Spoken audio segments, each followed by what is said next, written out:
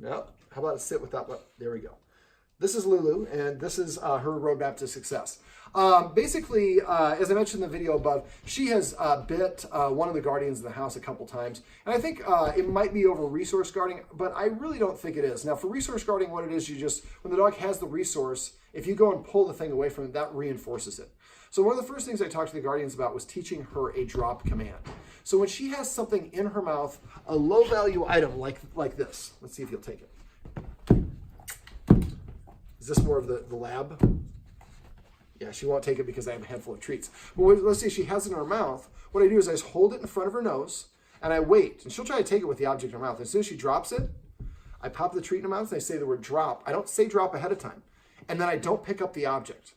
Now, I want to do this what we call low-value items. Low-value items are toys that the dog is allowed to have at any point.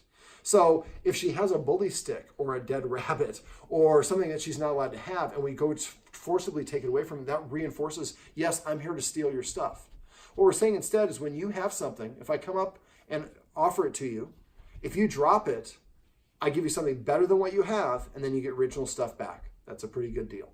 So we want to start, that's the beginning of the behavior. We want to start shaping that. So every time she has an object in her mouth, a toy that she's allowed to have, somebody needs to go quietly get a treat, come back, and we'd prefer to have mom as much as possible be the one that's offering the treat. And just hold it right in front of her nose and don't give her any commands. Wait for her to drop and then give her, put it in the mouth and then say drop. And for this and every other command, anytime you use a treat, the treat should go in the mouth first. Then the dog should hear the command word and exclusively the command word after. Not good drop, not, oh, what a good drop, Lulu, just drop. The more words we say, the harder it is to understand. All right, so she was a very high energy when I first arrived. And so one of the first things I talked to the guardians about was exercise. So I'd like the guardians to start that exercise journal like I talked about. Remember to use the stairs. I think the stairs is probably going to be the #1 thing. So the stairs, we just go to the top of the stairs, and I just show the dog I have a treat. I throw the treat to the bottom of the stairs. When it gets down there, I say Argentina, or whatever word it is that means to go down.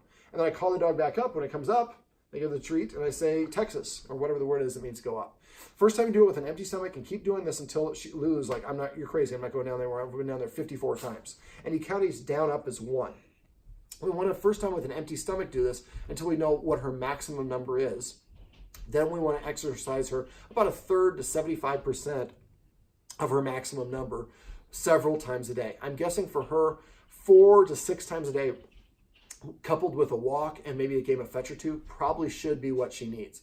So the stair thing could be something that kids can do too. And everybody in the house should probably do it once a day. That way she has a variety of other people. And when she's naughty or doing things we don't like, that should be interpreted as I have too much extra energy and go do it over there. And I do the stairs. Now you can also play fetch. Scent games would be definitely something I do for the older dog because he's 13 and he doesn't move around very well, but he has a great nose. And so it's stimulating for the dog. And also helps it's a quasi version of exercise.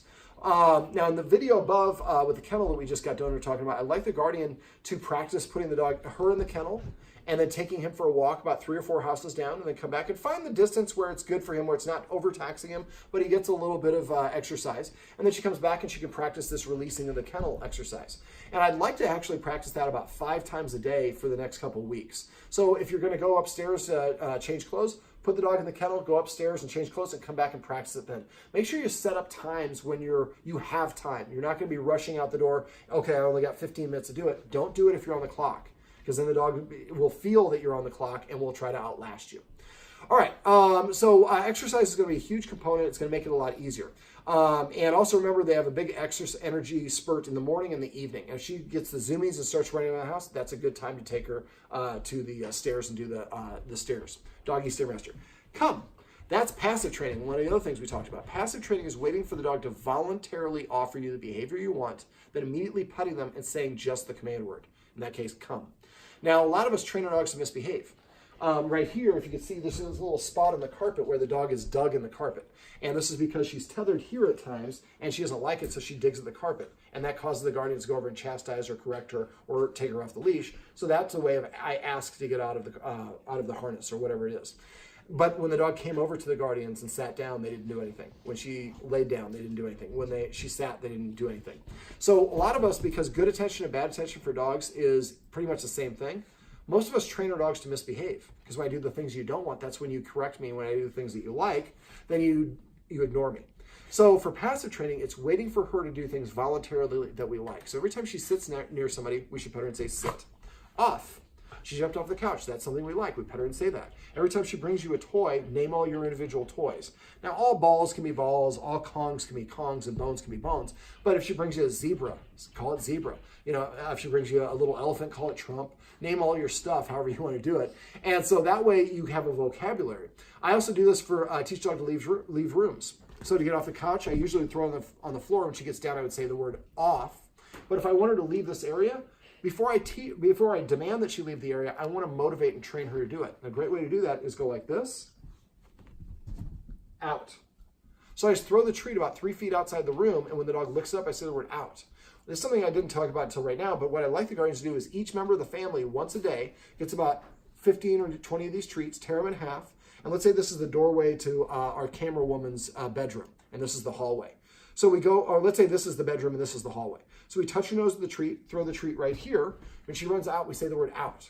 Then call her back and do it a second time. Then we go to our brother's room and then our mom and dad's room. And every room or area in the house that we want her to leave, we have her practice. We throw the treat. When she goes out there, we say the word out. Once I've done all the doorways or the areas in the house, then I repeat the circuit one more time. But this time, I stand in the room and throw the or outside the room, and I throw the treat in the room, and I call it bedroom, or media, or office, or the camera woman's name's room, or whatever it is, kitchen, dining room. So that way we create a vocabulary to go to the kitchen or get out of the kitchen. Sit. That's more passive training.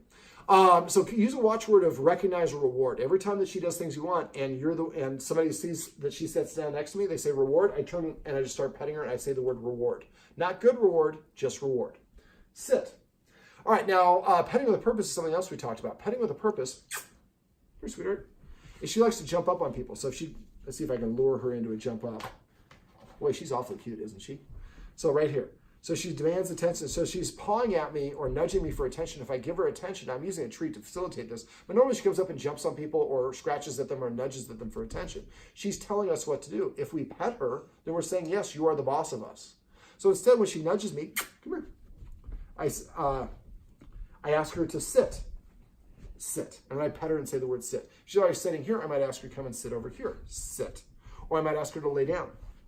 Down. So she's going to have to start paying for attention. So she has to do something, whatever you want, that's desirable. Now, if she tells us what to do, that's a leader mindset. If she asks us to do something, that's a follower's mindset. So what I like the guardians to do is start, when she demands attention, we give her a counter order.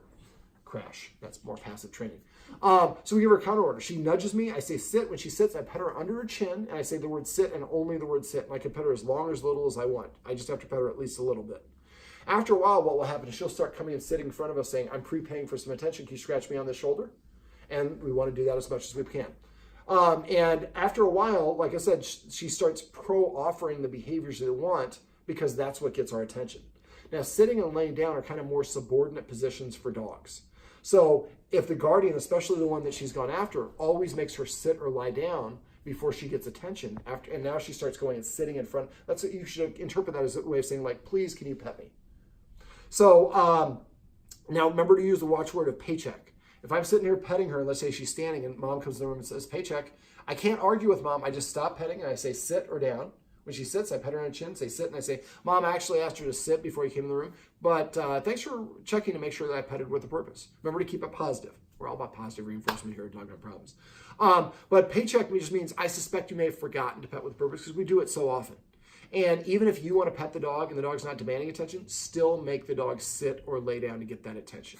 After a while, she'll just, like I said, start doing that as much as just prepaying for it all the time. We also talked about a lot of rules. A lot of dogs that have these sort of problems really don't have any rules or structure. And just like kids, we have a child who is filming it right now, and she's doing a great job. But she's well behaved because her mother and father have created a lot of rules and structure. They've taken time to teach her lessons and how she's expected to behave. And because of these things, the child respects and listens to them when they tell her that she can't do things that she likes to do, and she accepts it. She wanted to go over, the other dog I gave him both bully sticks, and she ate hers first, and then went over and she wanted to get the bully stick from the other dog. And I kept on disagreeing with her.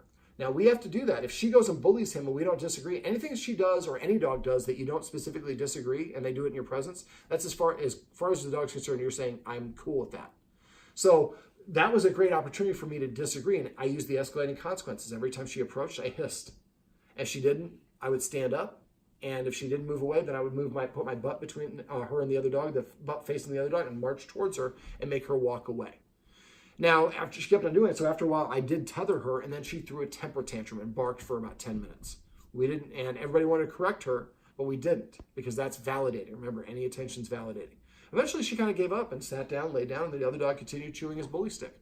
But it's really important, especially because he's a senior dog, that he understands, look, the humans have my back, and they're going to keep me from having to growl at her.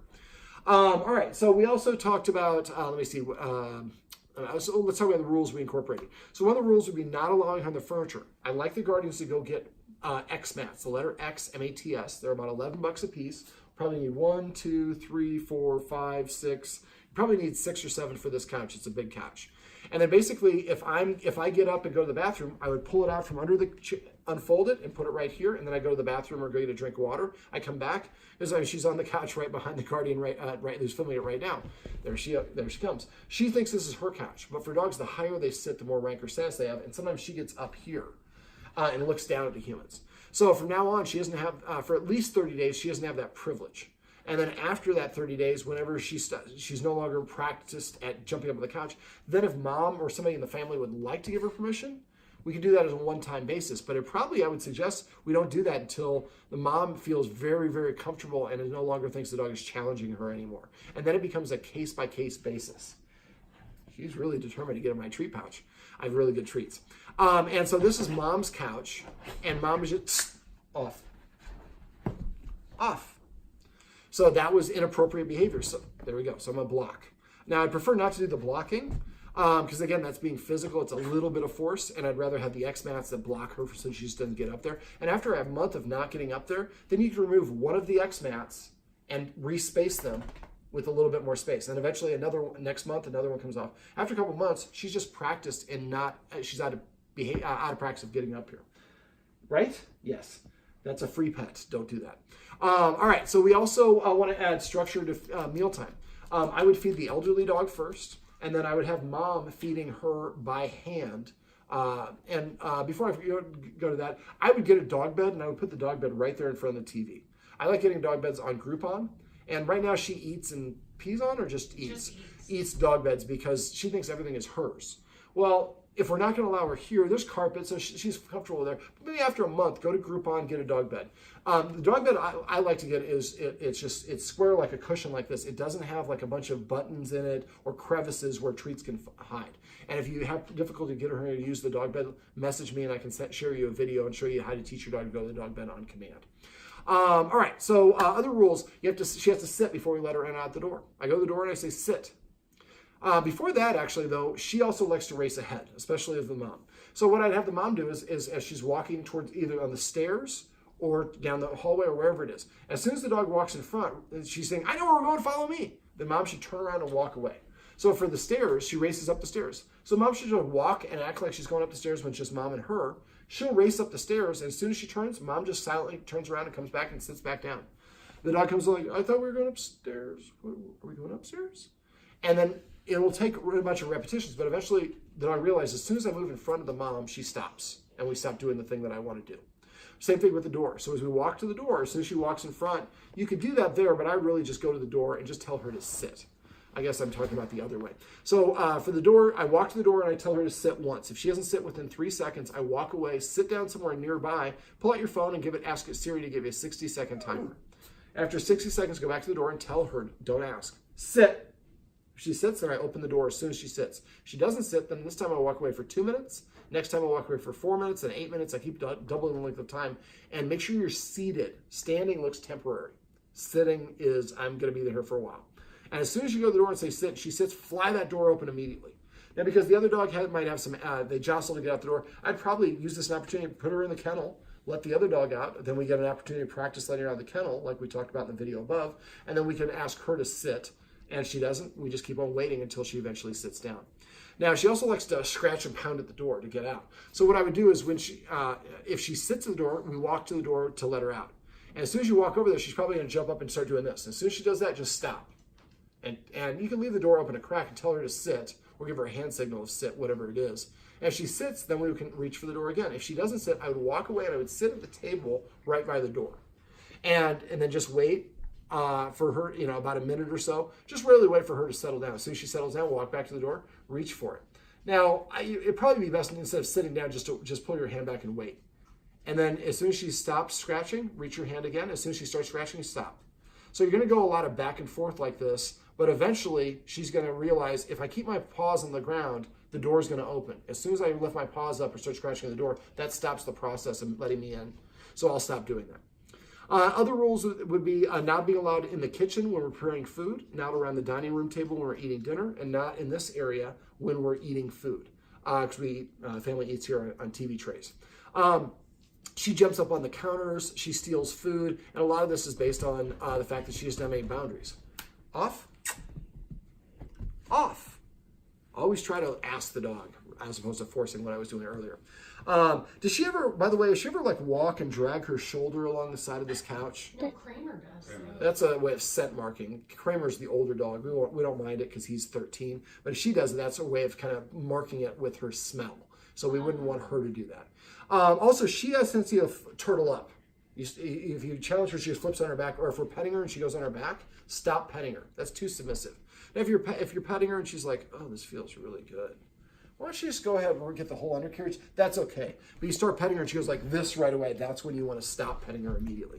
And remember, don't pet her if she puts her paw on top of your arm. Stop petting when she does that as well.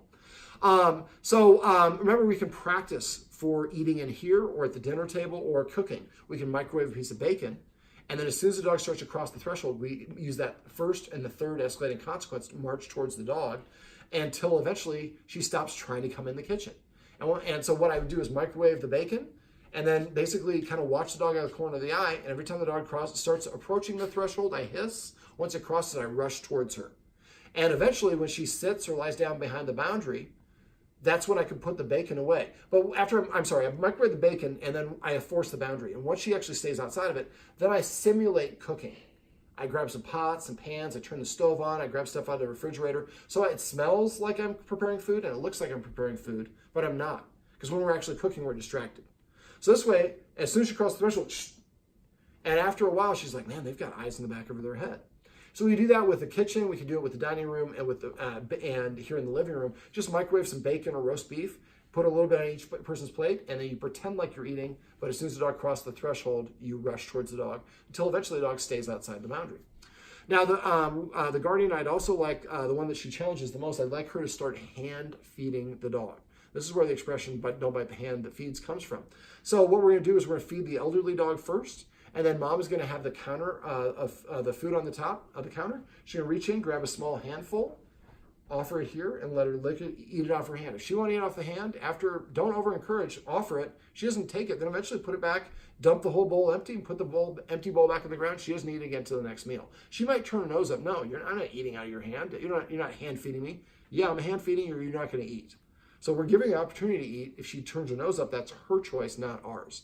But we want her to have more where mom is the one providing the food, so the dog sees that mom is providing the food, and that's going to elevate mom and give mom more authority. Let me see. Is there anything else we covered that I didn't talk about? I don't think so. Okay. Now, here's the deal. If you have any questions, please call or text me, preferably text me. I go to LA a lot, and sometimes they're doing 2 sessions a day and fighting traffic. So a text message, I'll see a lot faster. I get about 50 emails a day, so don't email me. I want to get back to you right away if there are any questions or problems. And it's very common and you need to make little adjustments. So as things are going, we might adjust the kennel exercise or do some other things. If you want to take the next step on the door, instead of just having to sit at the door, I have to wait. Even though the door's open, I have to wait for permission to exit the door. I've got videos for all that sort of stuff. Come here, Lulu. Yes, you come for a treat, I bet. If I can get one out. There we go. Well, this is Lulu, and this is Lulu's roadmap to success. Remember, everything you do trains your dog. Only sometimes you mean it. You're going to fall off the couch.